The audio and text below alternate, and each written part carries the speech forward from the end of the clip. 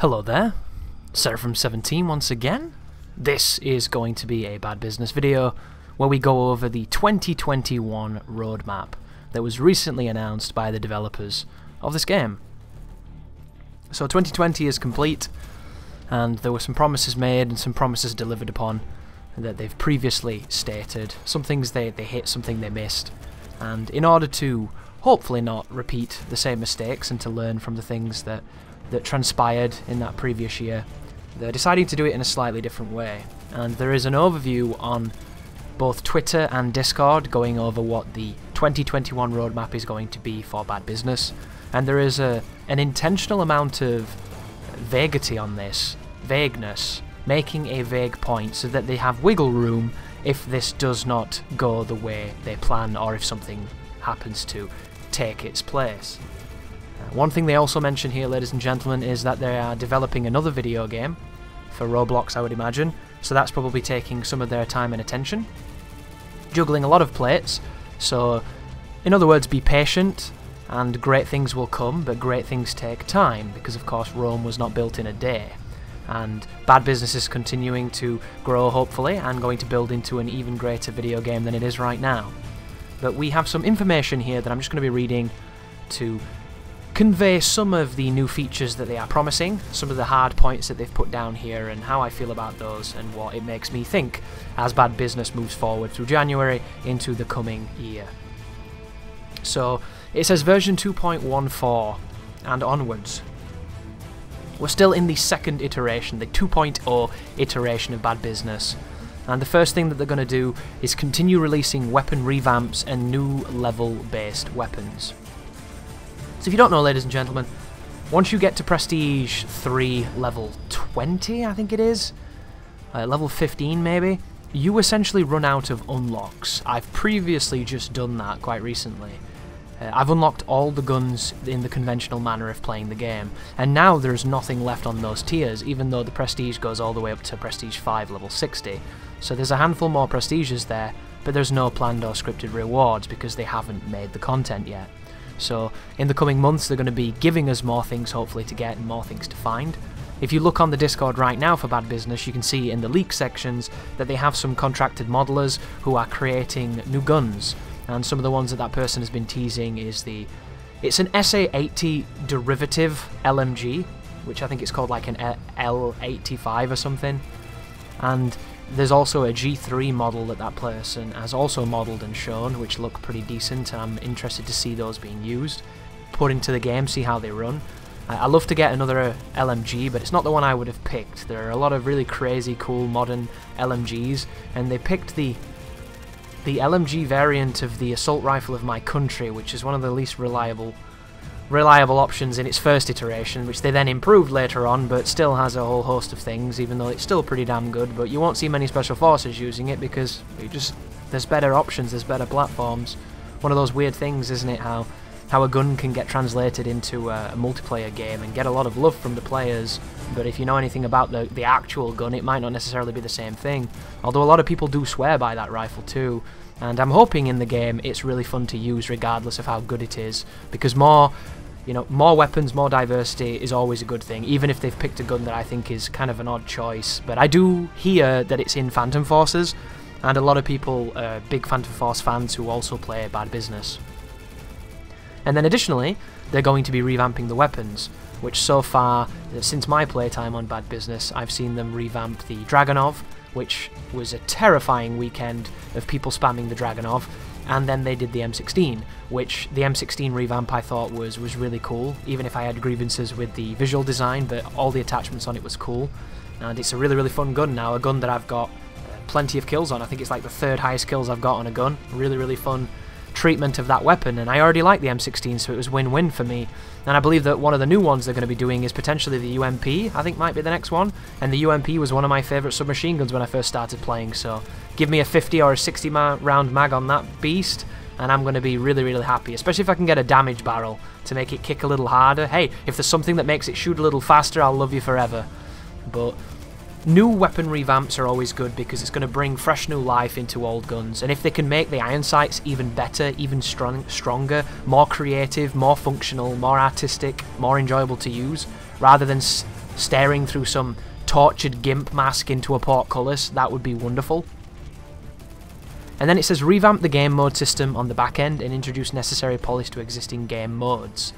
So I'm hoping this is going to be the back end of Roblox stuff. So the input queuing on the machine, where sometimes the game will just drop what you're doing because you've told it to do too many things in the heat of a crazy moment. Or maybe it'll even be things like the frame pacing issues that both Bad Business and Roblox seem to display.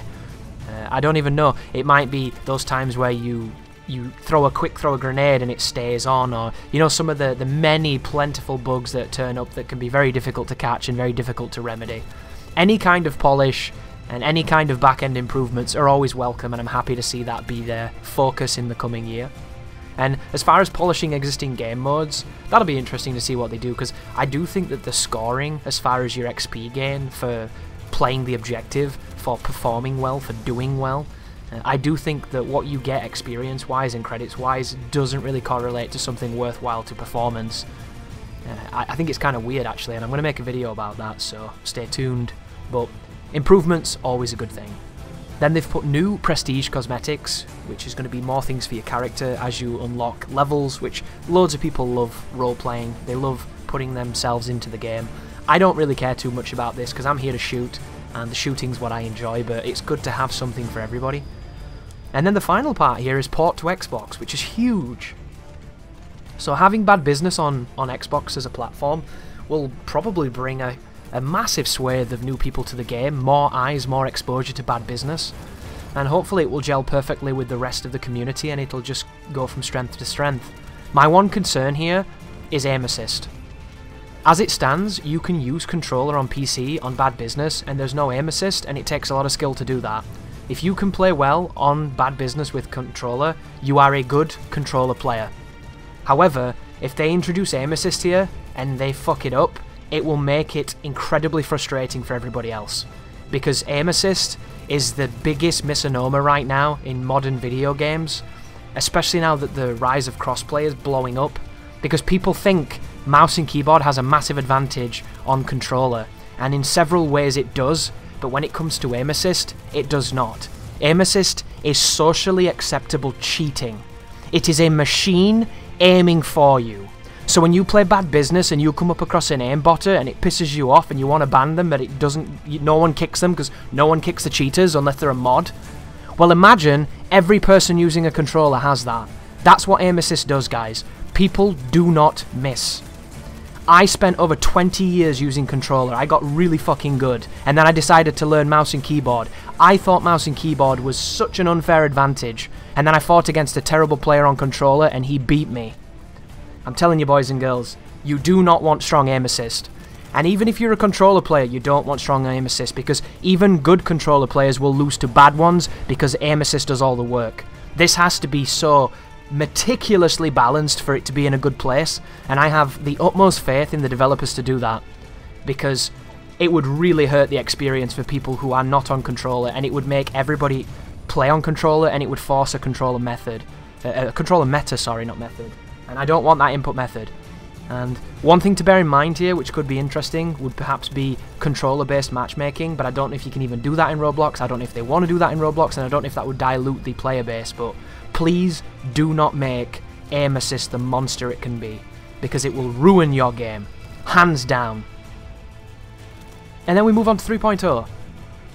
So 3.0, completely new revision here. A new set of game passes that follow up on the previously themed weapon passes, World War II prototype Wild West. So this is interesting. New weapon passes, which is obviously, it's an opportunity for the devs to get some money back with microtransactions. I completely understand why you would do that, in as much as it's perhaps not as cool as giving it to the community. You can of course earn these currencies and buy these things if you want to, and buy the things in them, which is the workaround that makes it fair. The passes as they stand seem a bit weird and disjointed to me, and I don't understand them much because I feel like there's so many cool things they could have done and they didn't. Like for a World War II pass, not to have an MP40, not to have like a Browning automatic rifle, not to have... Yeah, there's so many guns, isn't there? PPSH. You can reel off, you know, the Sturmgewehr. There are so many great weapons. Look at Battlefield 1, look at Battlefield 5, you know, all of these guns in those games that you could have been aping, and instead we got we got a Luger, we got a Thompson that has a built-in Cobra sight for some reason. And we have an STG, which is a really fun gun. I like that gun a lot. It's probably my favourite from this particular pass. And that was kind of it. So my impression of the passes is kind of, I hate to say this, but they come across as a little bit quick and loose, fast and loose. And I hope if they bring more passes that they're more in depth and they put more time into them and then give them more bang for your buck, because there are so many World War II guns. Can you imagine a Lewis gun, guys? You know when we talk about LMGs in Bad Business?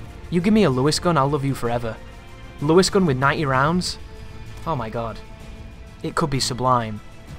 But more passes means more weapons, and I'm not going to buy the passes because I don't really buy things on Roblox when I can earn them. That being said, I think Bad Business is worth your time, and I think it's worth your money too. So I have no qualms against giving these developers money because in my mind they've earned it.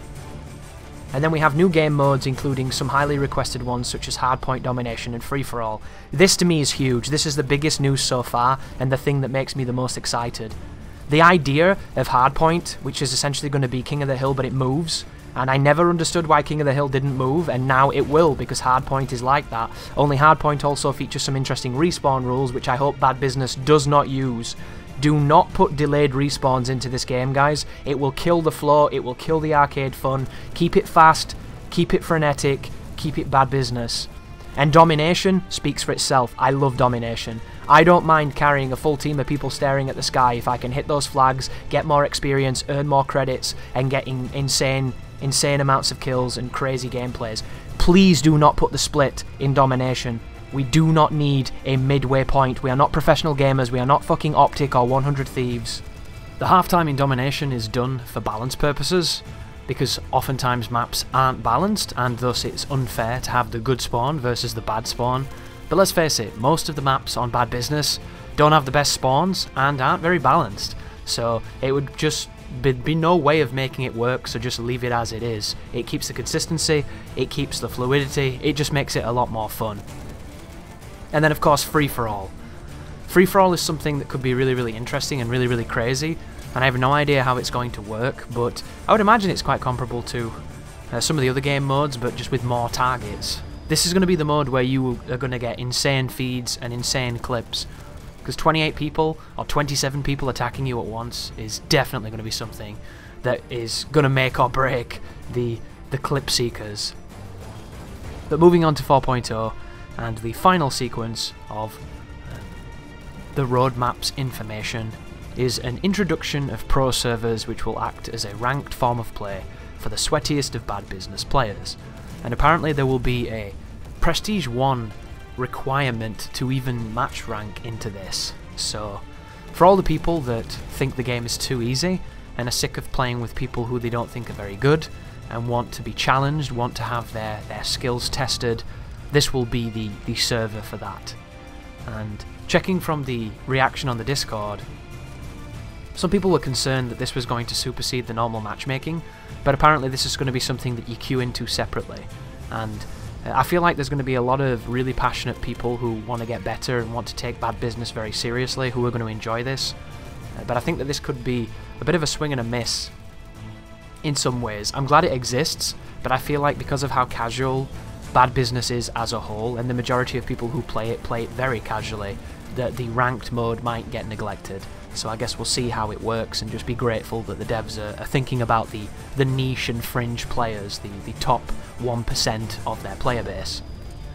Then we have better VIP server support, which I don't actually know much about VIP servers. I don't know if that's if you buy your own server, if that's what that counts, or if you have to have that VIP badge thing, where you pay some Robux and get VIP status and it entitles you to a handful of things. I don't know if that means the PTR, I'm not entirely certain of what any of that really means, but they want to make whatever that is better, and I support any developer wanting to make their product better, so that could be great. And then we have special set of maps and modes specifically catered towards VIP servers, 2v2 modes, search and destroy, etc. So this could be pretty sweet for people looking to set up tournaments and trying to get more competitive or do fun things on stream. Being able to control these things. I've recently picked up a server, a private server, to check it out, to see what it was all about, and I've got to say I'm pretty disappointed all considered.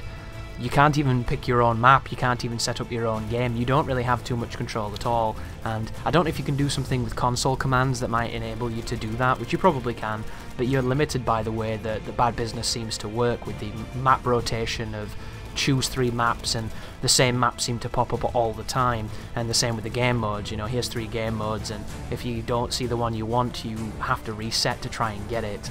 So anything that makes these kind of systems better and more intuitive and more accessible to the people grabbing them, I think that's a great thing. But as you can see, ladies and gentlemen, this is a short recap of what's gone on here with the schedule. We've got 2.114 onwards into the 3.0, into the 4.0, and I have no doubt that we'll be seeing these months and months down the line.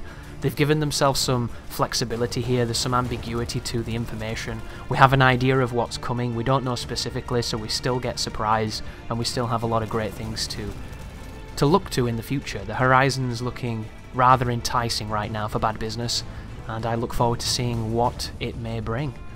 Thank you for watching, and you take care now.